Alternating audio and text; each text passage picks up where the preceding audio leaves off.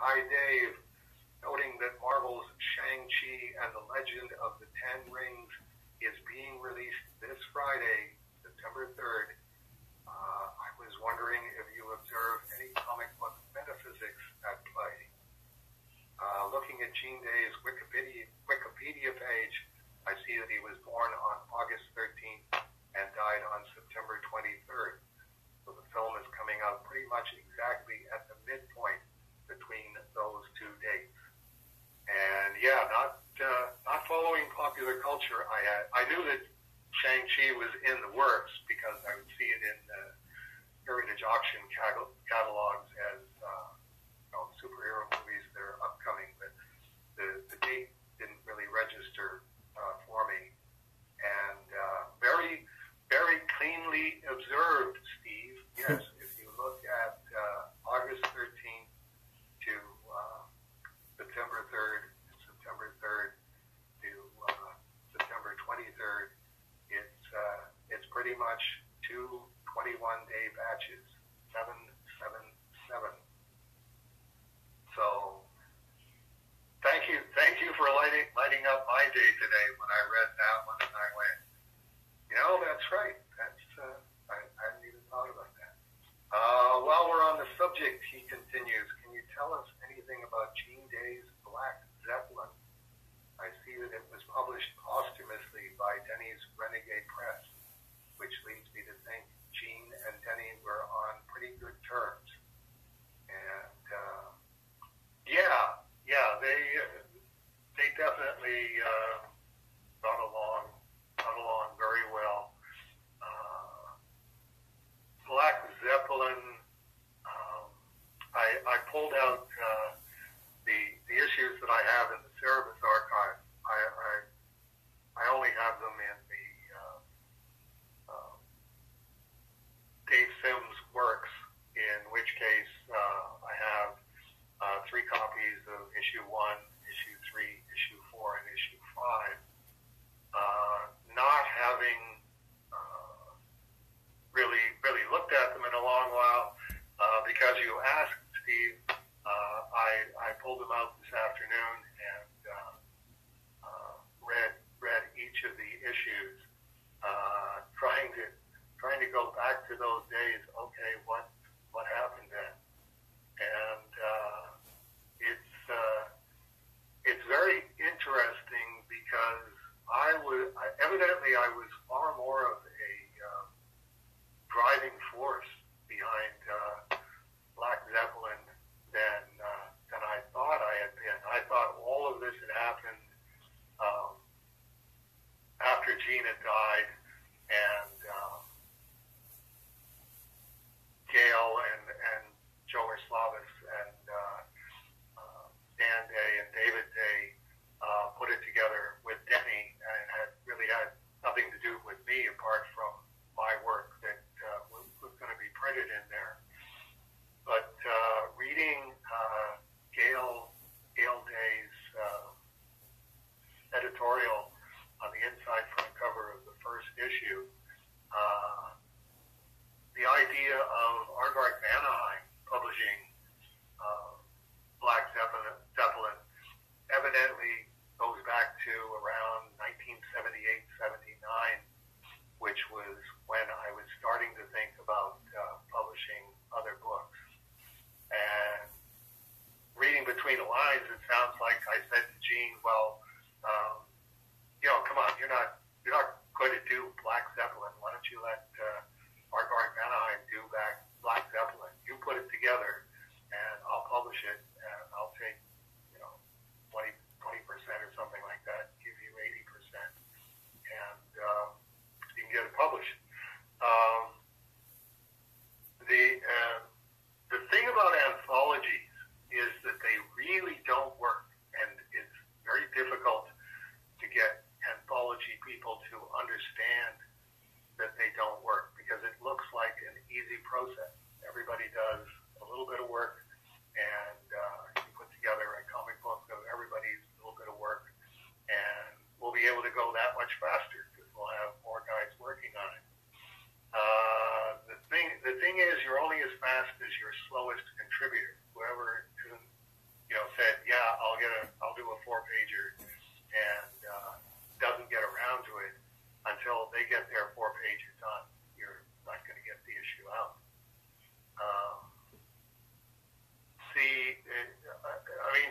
Gene did Out of the Depths, which was a digest-sized comic, black and white cover, black and white interior, so it's definitely a fanzine, the comic book equivalent of dark fantasy. He had plans for Black Zeppelin, and he had plans for a title called Hellhound. What happened was that you have the shocked awareness in the survivors, in this case, Gail, Danny, David, and Joe, where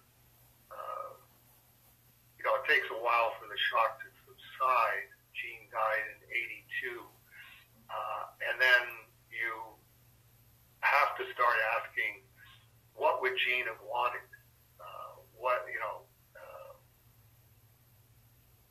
We've got his whole legacy here in our hands. What are we going to do about this? What they had was the Black Zeppelin logo, and great design that Gene had done. I had forgotten that James Whaley of Orb magazine and later of the Schuster Award did the logo and did a terrific job on it.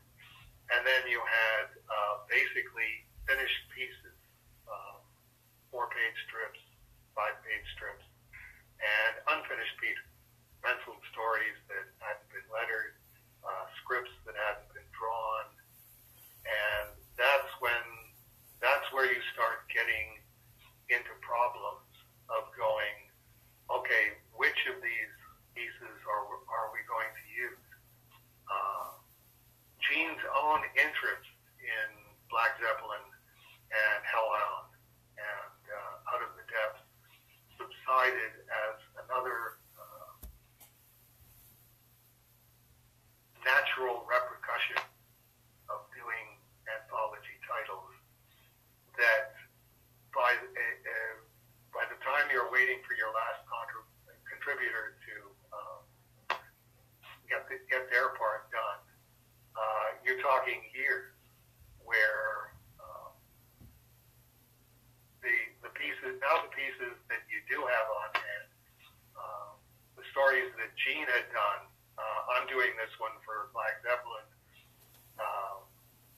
Adrian All Alone that I did. Hey, can I have that for Black Zeppelin? Sure, you can have it for Black Zeppelin. But by the time a year, 2 years have gone by, it's no longer your best work. It's now sort of an artifact of back in the semi-pro days, and now I know how to do this better. So get into the strange situation of, okay, here's Gravedigger's Banquet, which I wrote and penciled and Gene inked.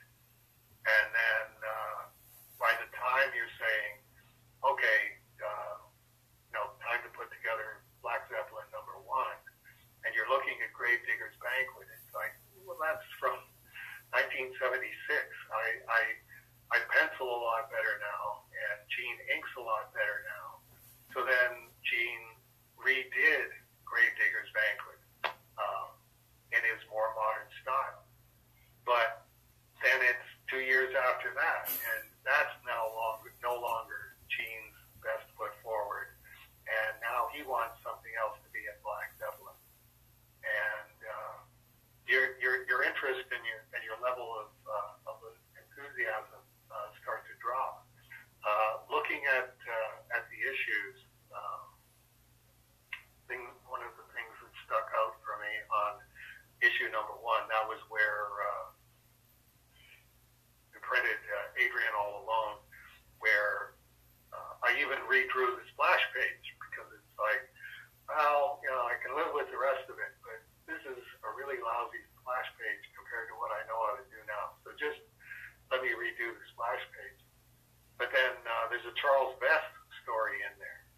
And Charles Best talks about being at a Toronto convention in 1979 and Gene coming up to him and saying, Dave Sim and I are doing an anthology title. Do you want to do a story for it? And Charles Best going, sure. I'd love to. And it's like, you actually said that you and I were working on this together. I didn't realize how, I was still in my own mind like this dopey, irritating kid that Gene Day took pity on. And it's like, no, Dave, Sam, and Sarah's open doors with creators that Gene Day and Black Zeppelin don't open. And I forget that. I forget how quickly that changed by 1979. Number 3, I just lettered a Bruce Conklin story that Gene did a script for, and it was not really my best lettering by the time that it came out, but I'm happy to have it. Number 4, a story called Sequence that got into dicey areas because I know that Gene did the story Sequence to be a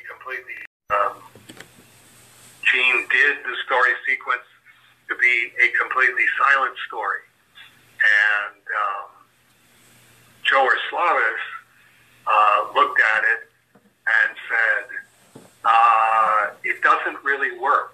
It's like you sort of understand the point of the story without the words, but you kind of need, he thought you kind of need words to really bring the story across.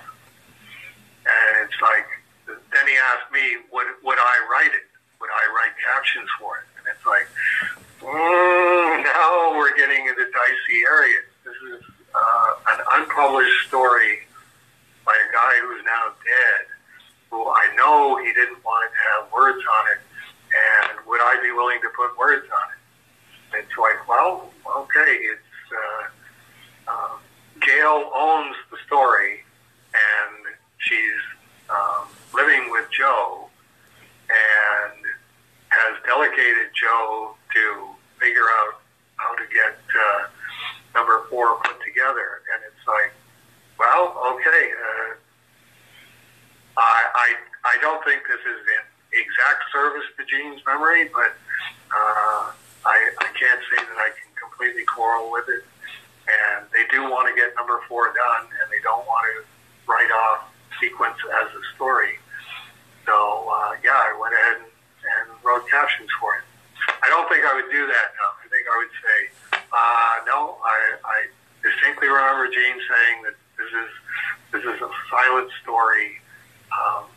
Basically, I think he saw what I did with Life's End, which had no words in it, and went, I want to do one of those. I want to do a story that has no captions in it and puts across the idea.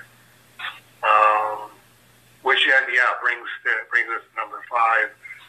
Gravedigger's Banquet and Life's End were both in there.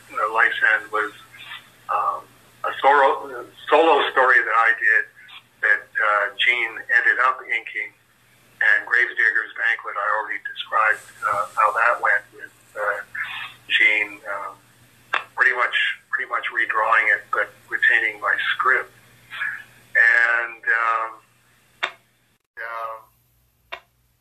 what's really weird is at the back of issue 5, I think the wheels were coming off at Renegade Press at this point, because Gravedigger's Banquet is in number 5, and the inside back cover